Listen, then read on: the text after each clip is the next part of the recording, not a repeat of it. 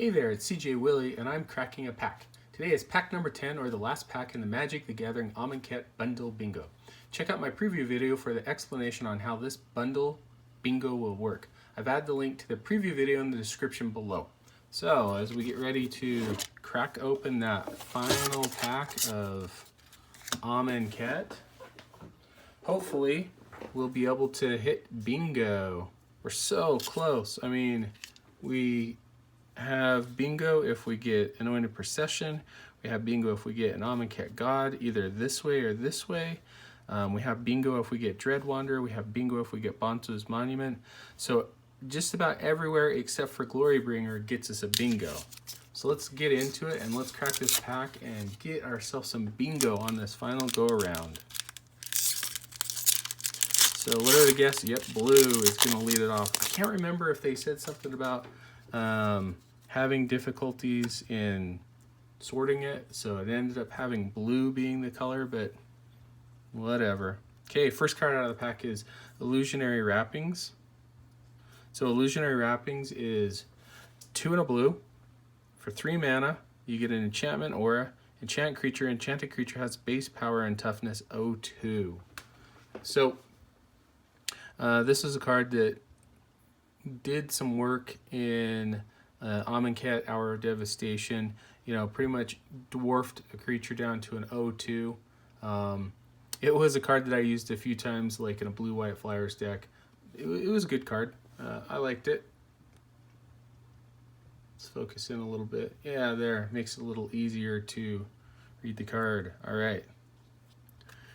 Next card is Manticore of the Gauntlet. For 5 mana, 4 and a red, you get a Manticore that's a 5/4. When Manticore of the Gauntlet enters the battlefield, put a -1/-1 counter on target creature you control. Manticore of the Gauntlet deals 3 damage to target opponent.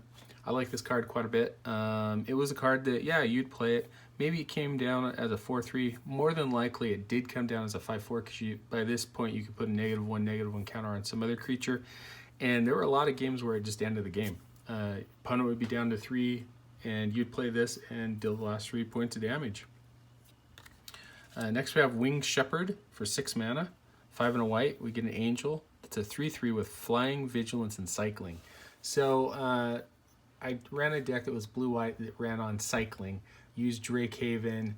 So this is one of the cards that, you know, I didn't necessarily want to play because it's only a 3/3 flyer with vigilance. But cycling paid off with it because for 1 mana I could get myself a 2/2, you know, blue Drake. So I think that's what, yeah, Drakehaven. So anyway, it was an okay card. Not a card that I actively play now. Next card is Quarry Hauler. So Quarry Hauler is 4 mana, 3 and a green. It's a camel. It's a 4/3. When Quarry Hauler enters the battlefield, for each kind of counter on target permanent, put another counter on that kind on it, or remove 1 from it. Ooh, I had a hard time reading that card. Okay, so with Quarry Hauler, it was a pretty good card, especially in a black green deck where -1 counters were already -1/-1 counters are already floating around. Play this, it could finish off one of my opponent's creatures, or I could play it on my side and add a counter to something. So it had some versatility, and I'd play it occasionally. Scared Feast, single black mana, instant. Exile up to 3 target cards from a single graveyard. You can cycle it for a single black. So this had some utility in like a cycling deck. I didn't play with it too much. It was a card that occasionally would host someone with the Embalm effect or some sort of graveyard shenanigan. Okay, next we have Aven Initiate. We've covered Aven Initiate a couple of times already in this break, so we've had a few doubles and even triples. So Aven Initiate, 4 mana, 3 and a blue, flyer at 3/2. You can embalm it for 7, so 6 and a blue. Yeah, it was a card that I played quite a bit in blue-white flyers. For 4 mana, you get a 3/2 flyer, and then once it died later on in the game, you could bring it back for 7 mana. A little costly, but, you know, in blue, you're usually going a little bit longer, so it wasn't too bad of a deal. Painted Bluffs, card that I think is garbage. It's a land desert. You can tap it, add 1 colors to your mana pool, or you can pay 1 generic, tap it, add 1 mana of any color to your mana pool.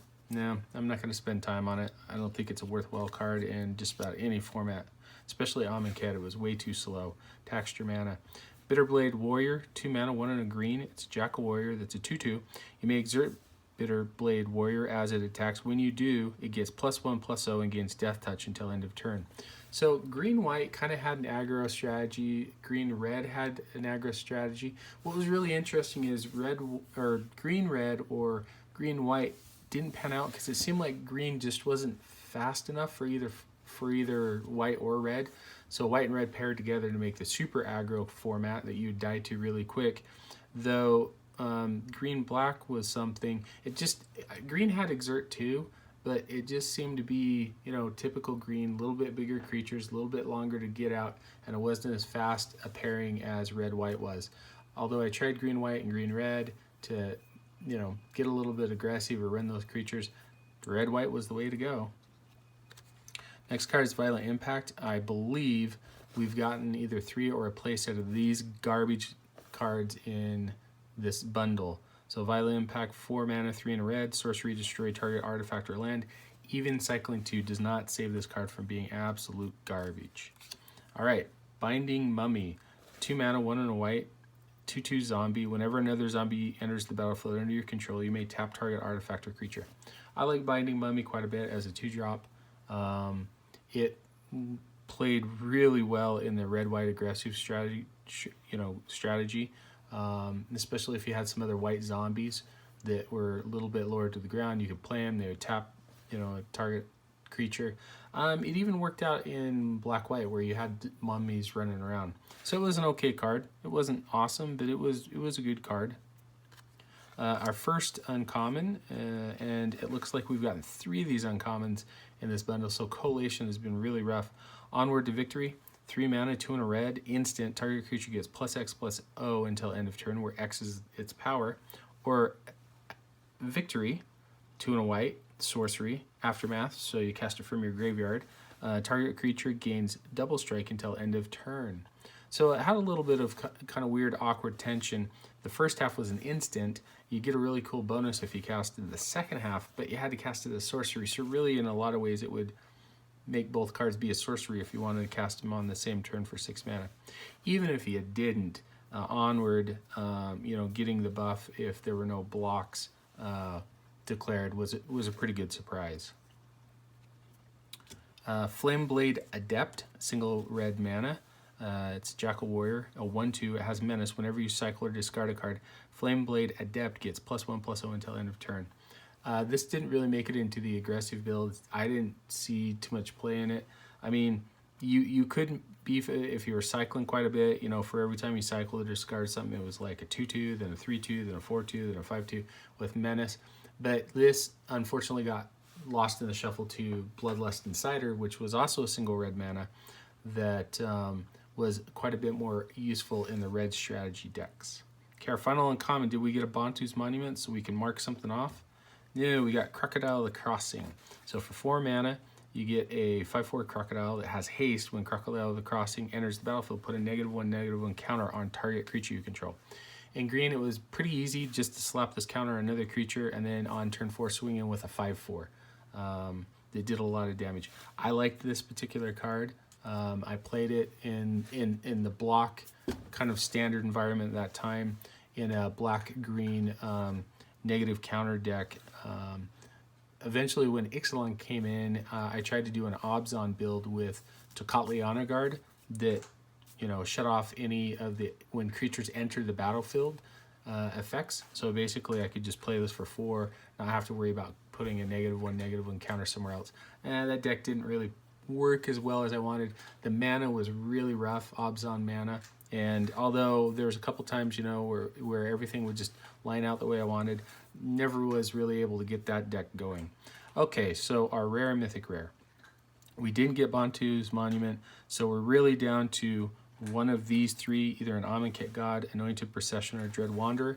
We haven't gotten a mythic in these 10 packs. Usually you're supposed to get 1 mythic per every 8 or 9 packs, and we've struck out so far, so let's hope that this is a mythic. Let's hope that it's one of the Amonkhet Gods. Here we go. The reveal is Combat Celebrant. Well, it is a mythic, and it's kind of funny that it's Combat Celebrant, because if you're watching one of the earlier videos, when I marked off this square here, our foil was a foil mythic of Combat Celebrant. So Combat Celebrant is 3 mana. 2 in a red, Human Warrior at 4/1. If Combat Celebrant hasn't been exerted this turn, you may exert it as it attacks. When you do, untap all other creatures you control. And after this phase, there is an additional combat phase. So one of those tricks in red to where you get yourself another turn based upon, you know, some sort of shenanigan you do. So red usually has a mythic, 1 or 2 mythic cards in every kind of standard rotation environment that if you can make it work, guess what, you get another turn. I never really have played with Combat Celebrant. I'm a little worried because its butt's only 1. Somehow, you know, it's easy enough to get him out there. You gotta wait 1 full turn because he doesn't have haste. There were some shenanigans out there, but they never really made sense. Like, you could have a Bloodlust Insider already out. You'd play this guy on turn 3, you'd tap Bloodlust Insider, give him haste, exert him.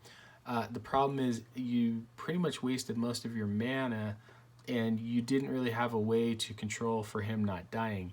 So if you think about it, you know, if you played it out and you had the Christmas land, Bloodlust Insider on turn 1, turn 2 you played, you know, I don't know, Red Crop Spearmaster, turn 3 you played this guy, Bloodlust Insider, gives him haste, you attack all in, you exert both of them. The problem is, if I'm the opponent and I'm looking at it, I'm like, yeah, Red Crop Spearmaster can deal me damage. I'm going to block this guy, and he's going to die. So it was more of something that if you played on turn 3, you had to wait till the next turn and then hope that there was not some other, you know, something your opponent did to get rid of him. So didn't really play with it much. Don't have too much of an opinion on it. Plains is a single white, and then we've got a Top Crop Skirmisher token to end it out. Okay, so my favorite card, or what I think is the best card out of the pack, I'm going to go with Illusory Wrappings. So this is a card that really helped me out a couple of times. In a draft format, I was playing a game where there's an uncommon indestructible flyer in Amonkhet, and I don't remember the name of the particular one. It's an angel. It's something ridiculous, 7 mana, and you get a 4/4 indestructible flyer. Well, I was getting beat down by this flyer, so eventually I stuck Illusionary Wrappings on it and made it a 0/2. So although it could block for days, it couldn't kill any of my creatures. I was able to get a few more creatures on my side and then attack in for the win. So I think I'd gotten down, my opponent had got me down to like 3 or 4 in life, and so by putting Illusionary Wrap, and that was the only creature that I couldn't control, was that stupid indestructible flyer. So by putting Illusionary Wrappings on it, turned the tide, he wasn't able to disenchant it, get rid of it, and I was able to pull away for the win. Anyway, hope you enjoyed the video. If you did, please subscribe and share. Take some time to tell me in the comment section what was your favorite or best card out of the pack. Until next time, when I'm back with my review video of my Magic the Gathering Amonkhet Bundle Bingo.